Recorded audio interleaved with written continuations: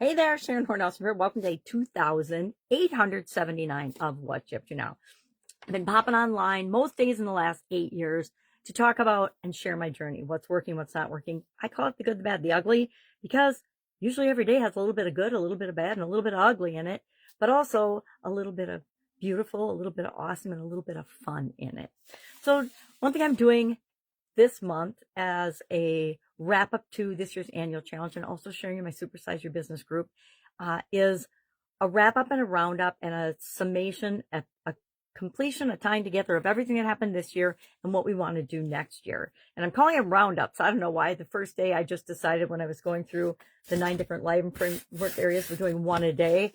I'm like, I'm going to call them roundups. And I said, well, let's find all of our wins. Let's find our biggest challenge. Let's find our lessons learned. And let's find 3 things in this area and aspect of our life or our business we want to carry with us into next year, or goals or actions or whatever. It's something that we did really, really well this year. We want to keep doing it next year, right? Something that we did really bad and was not so great last year. We want to make sure we stop doing that. So we're not carrying that with us, but we want to replace it with something positive that will give us the results that we want in the direction that we're going. So shared that in both Supersize Your Business and the Be a Better You annual challenge. Working on my school community, Supersize Your Business school community, put in there yesterday next year's Supersize annual challenge. And that will be the lead way of monetizing that as part of a 6-month monetary manifestation challenge that I am a part of for another group that I'm in school that I absolutely adore.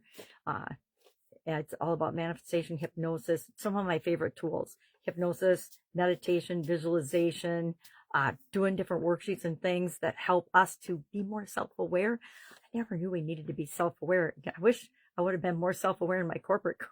I think I would have done a lot of things differently, but we all discover things when we're able to see them and use them in our life. Sometimes we're exposed to them hundreds of times before the light bulb goes off and we're like, oh my God, I've heard that 100 times before and totally ignored it. But as you review your subconscious, it's like, yeah, you heard this all these times, but you weren't ready for it yet. And when we're ready, it's like they say, when the student is ready, the teacher appears. So true, right?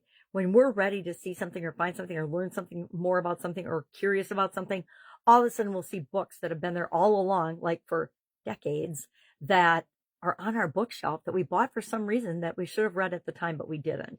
Things like that. Life becomes full of like almost magical synchronicities that we couldn't have planned on our own. At least that's the way I look at it.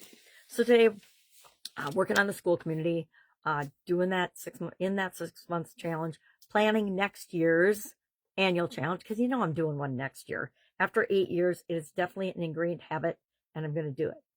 So, and I'm deciding right now, I currently record on Facebook, which I'm pretty transparent about, and then I disseminate and share and download, since they don't let us store videos anymore, to different platforms and to my own places, so I can access those later if I so choose. Now, I let a lot of stuff just drop off of Facebook.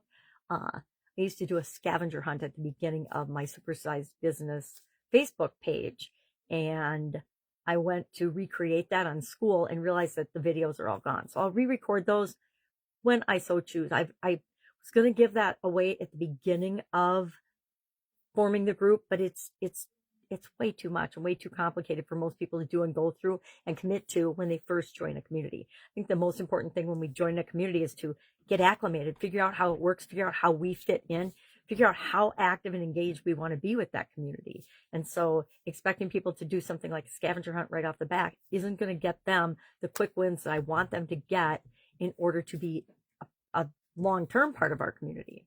So I digress. What else is going on? It's Christmas in like a week, and I have not started doing any Christmas preparations. That is a huge confession and a huge drag on me. So probably starting tomorrow, I'm going to have to hit the ground running with respect to Christmas preparation. All right. If I can help you anyway, you know what to do, right? You just ask. Otherwise, have an awesome day, and I'll, of course, be with you tomorrow.